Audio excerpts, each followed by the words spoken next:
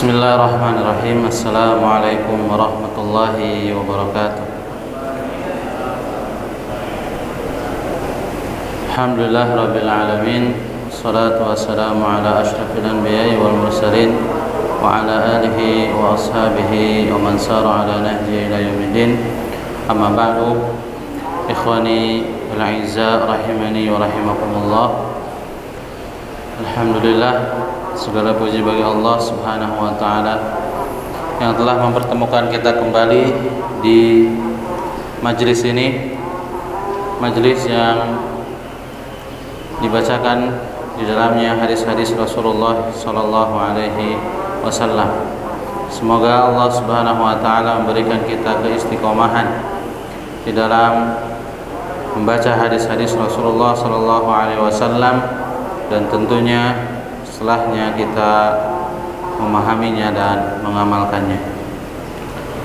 Salawat dan salam tak lupa kita sampaikan kepada Nabi kita Nabi Muhammad sallallahu alaihi wasallam,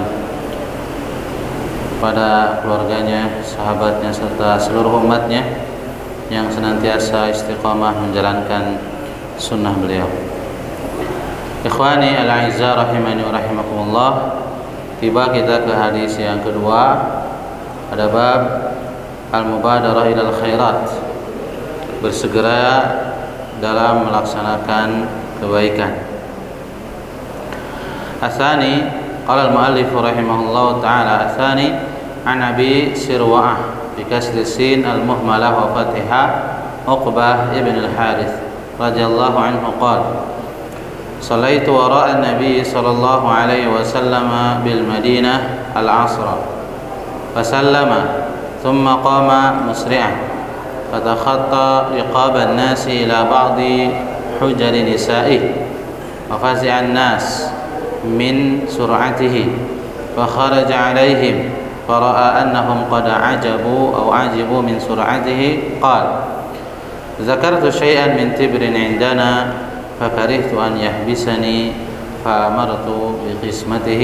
رواه البخاري.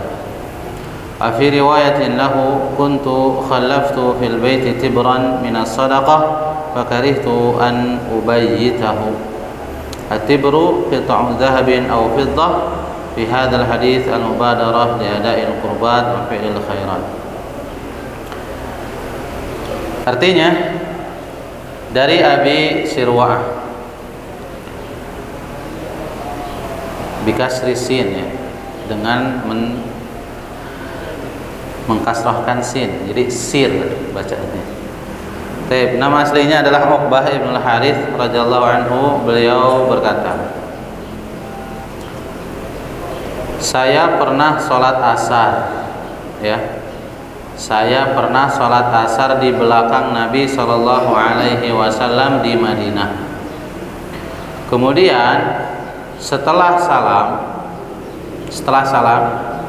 beliau berdiri segera bergegas sambil terus melangkahi pundak dan leher orang-orang menuju ke salah satu bilik rumah istrinya. Orang-orang pun banyak yang takut karena melihat bergegasnya beliau itu. Selanjutnya Nabi Shallallahu Alaihi Wasallam keluar lagi menemui sahabat-sahabatnya itu. Beliau tahu bahwa mereka sungguh terheran-heran karena hal tadi. Beliau Shallallahu Alaihi Wasallam lalu memberikan penjelasan. Saya teringat ada sepotong emas yang ada di tempatku, maka saya tidak senang kalau benda itu mengganggu pikiranku untuk menghadap Allah Ta'ala. Oleh sebab itu saya menyuruh supaya benda tadi segera dibagi-bagikan kepada yang berhak. Hadis riwayat Bukhari. Baik. Kira-kira sudah difahami maksudnya? Ya. Jadi sahabat Uqbah bin Amir salat bersama Rasulullah sallallahu alaihi wasallam. Saat itu salat asar. Setelah beliau selesai dari sholatnya, yaitu ketika beliau mengucapkan salam, beliau bergegas berdiri dan menuju ke salah satu rumah istrinya. Jadi beliau tidak berzikir dulu, tidak berzikir. Jadi tergesa-gesa memasuki salah satu rumah istri Rasulullah sallallahu alaihi wasallam. Para sahabat heran. Ini Rasulullah sallallahu alaihi wasallam tidak bersikap seperti biasanya. Biasanya Rasulullah sallallahu alaihi wasallam setelah salam langsung berzikir sebagaimana yang kita ketahui bersama zikir-zikirnya.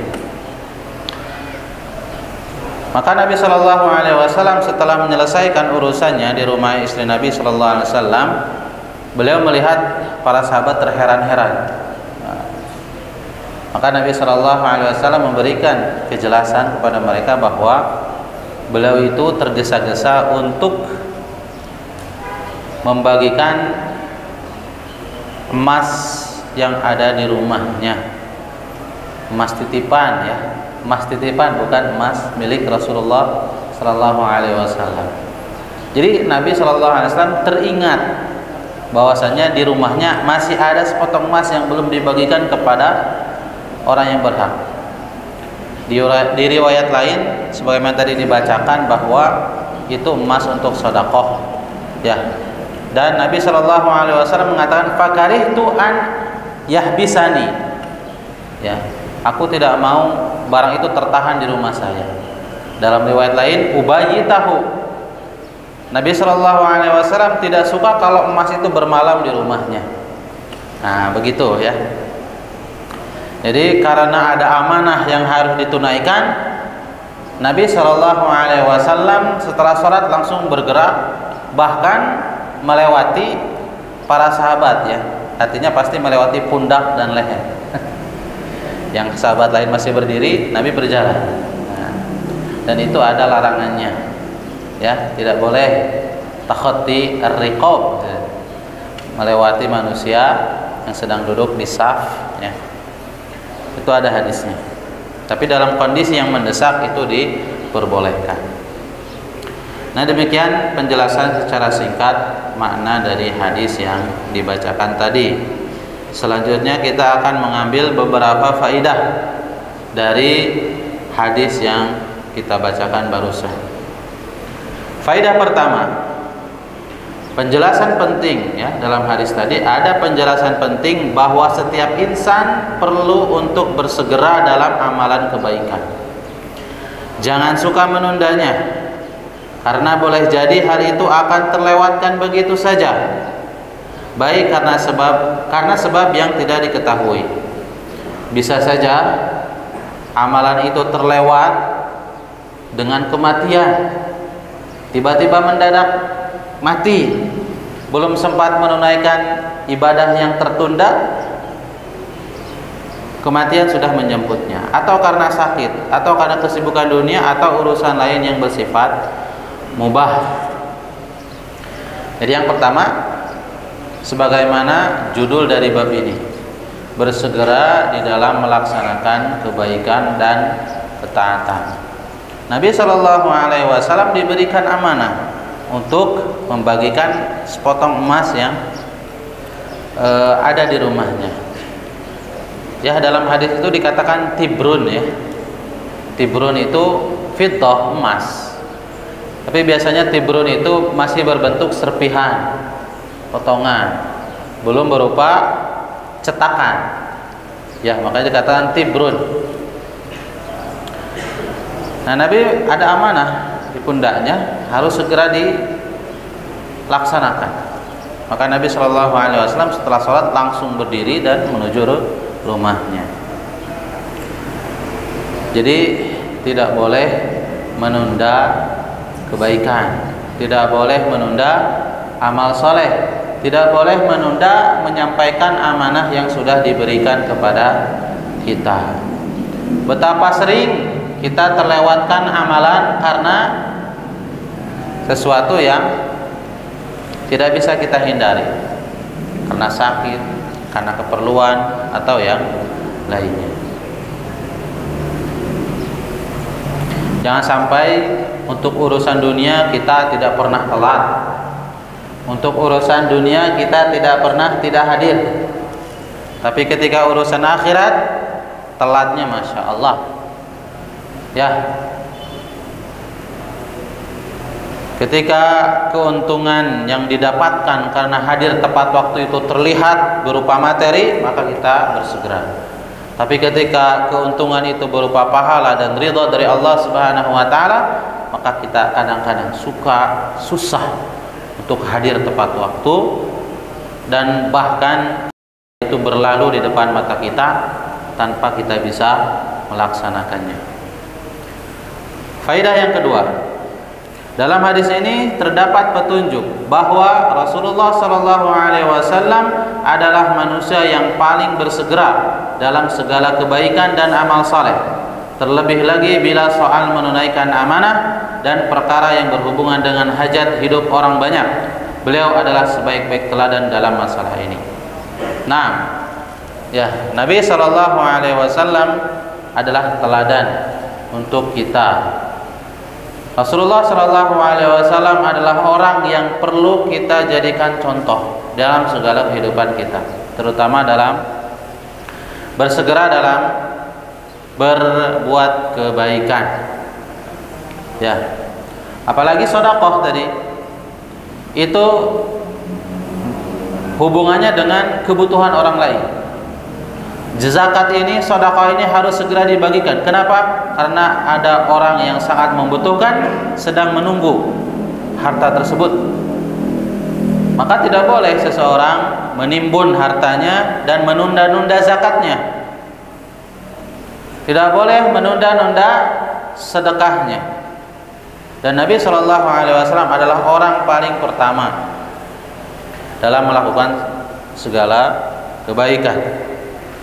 Karena Nabi SAW sebagaimana Allah sabdakan, Allah mengatakan, alam nashrah laka sadrak. Bukankah kami telah melapangkan dadamu wahai Muhammad?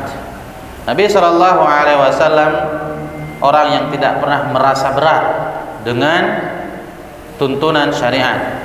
Rasulullah SAW adalah orang yang tidak pernah mengeluh dengan berbagai tugas dan ketaatan kepada Allah Subhanahu wa taala.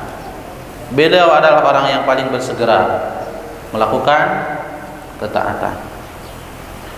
Baik. Selanjutnya, faedah yang ketiga adalah bahwa Rasulullah SAW adalah manusia biasa yang terluput darinya beberapa hal. Lupa sebagaimana yang lain juga lupa. Dan tentunya ini adalah petunjuk sangat nyata bahwa Rasulullah berlepas diri dari sifat ketuhanan. Ya, Nabi SAW lupa. Dan ini bukan pertama kali Rasulullah SAW lupa. Dalam beberapa riwayat, Nabi SAW pernah sholat, entah zuhur atau asar. Beliau hanya sholat 2 rakaat saja. Ya. Jadi beliau juga pernah lupa dalam mengimami sholat. Bahkan sebagian sahabat ketika mendapatkan hal itu, mereka saling bisik-bisik lah, ribut seperti kita ya kalau ada sesuatu yang tidak biasa ribut. Para sahabat tidak ada yang berani bertanya kepada Rasulullah SAW, ini Nabi lupa atau memang sholatnya berubah rakaatnya, itu ya, atau memang dikosor sholatnya. Akhirnya ada salah seorang, bahkan Abu Bakar dan Umar tidak berani bertanya. Namun ada sahabat lain yang ternyata menanyakan hal tersebut. Ya.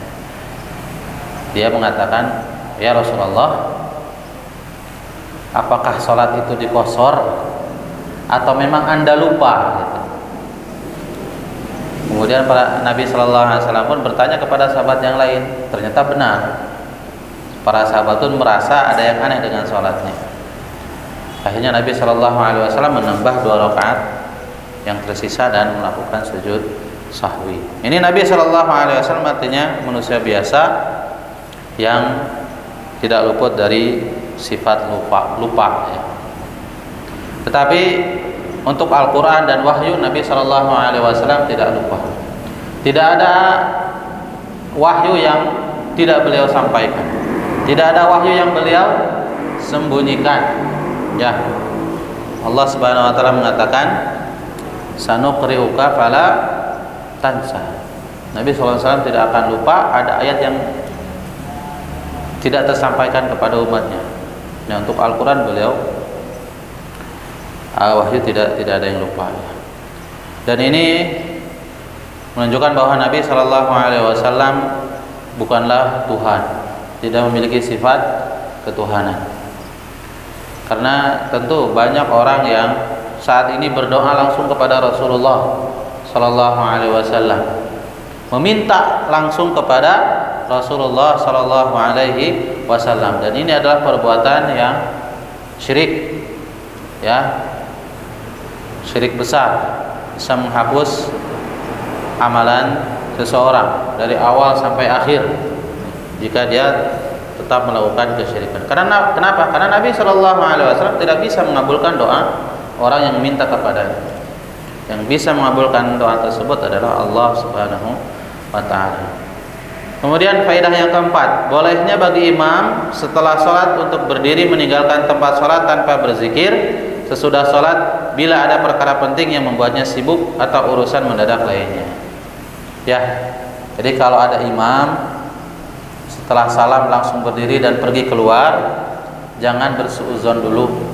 Ya, barangkali dia memiliki urusan yang mendesak, tidak bisa ditinggalkan dan tidak bisa nanti. Selanjutnya, bolehnya melewati pundak manusia jika ada masalah mendesak setelah sholat, bukan ketika akan mendirikan sholat. Nah ini, ya, ada larangan, kita tidak boleh, ya. Ini saf udah penuh, dari pintu belakang dia langsung ingin ke saf pertama dengan melewati pundak orang yang sedang duduk, ya. Tentu yang lebih utama dia datang duluan, ya, duduk di saf pertama, kemudian melihat ada yang kosong diisi. Tapi kalau sifatnya demikian, ya, datang belakangan tapi ingin di saf pertama, akhirnya dia melewati pundak orang-orang. Nah itu maka ini tidak bagus, ya, tidak diperbolehkan. Nah kecuali untuk hal yang mendesak bolehnya. Ini Nabi Shallallahu Alaihi Wasallam setelah sholat langsung ingin keluar dan menuju rumah istri beliau, dan bukan ketika mau mendirikan sholat akhirnya dia ingin mengejar saf yang di depan, kemudian melewati pundak-pundak orang-orang yang ada di bawah dalam keadaan duduk. Selanjutnya, merasa takjub dan heran adalah boleh jika ada hal yang di luar kebiasaan yang terjadi. Nah, jadi sahabat Nabi heran dengan apa yang dilakukan oleh Nabi, dan itu wajar-wajar saja dan boleh ditanyakan, kenapa tadi langsung berdiri dan tidak berzikir dulu, boleh ditanyakan, ya. Selanjutnya, klarifikasi sangat dibutuhkan, bahkan bisa menjadi wajib untuk menolak tuduhan dan membuat suasana kondusif ketika terjadi perkara atau peristiwa yang membuat orang bingung, heran, kacau, atau terdapat kejadian dan perkara yang lebih besar dampaknya daripada itu. Nah, klarifikasi juga sangat penting, ya, sehingga para sahabat yang tadi keheranan sudah menjadi tidak heran lagi, sudah jelas masalahnya, tidak ada yang perlu lagi dipertanyakan. Bahkan suatu ketika Nabi Shallallahu Alaihi Wasallam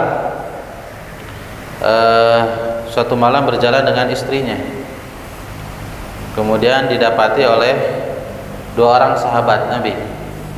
Nah, para sahabat Nabi ini segan untuk menegur, segan untuk menyapa, dan langsung buang muka dan pergi ke jalan yang lain seperti itu, seolah-olah ingin membiarkan Nabi Shallallahu Alaihi Wasallam tetap berdoa.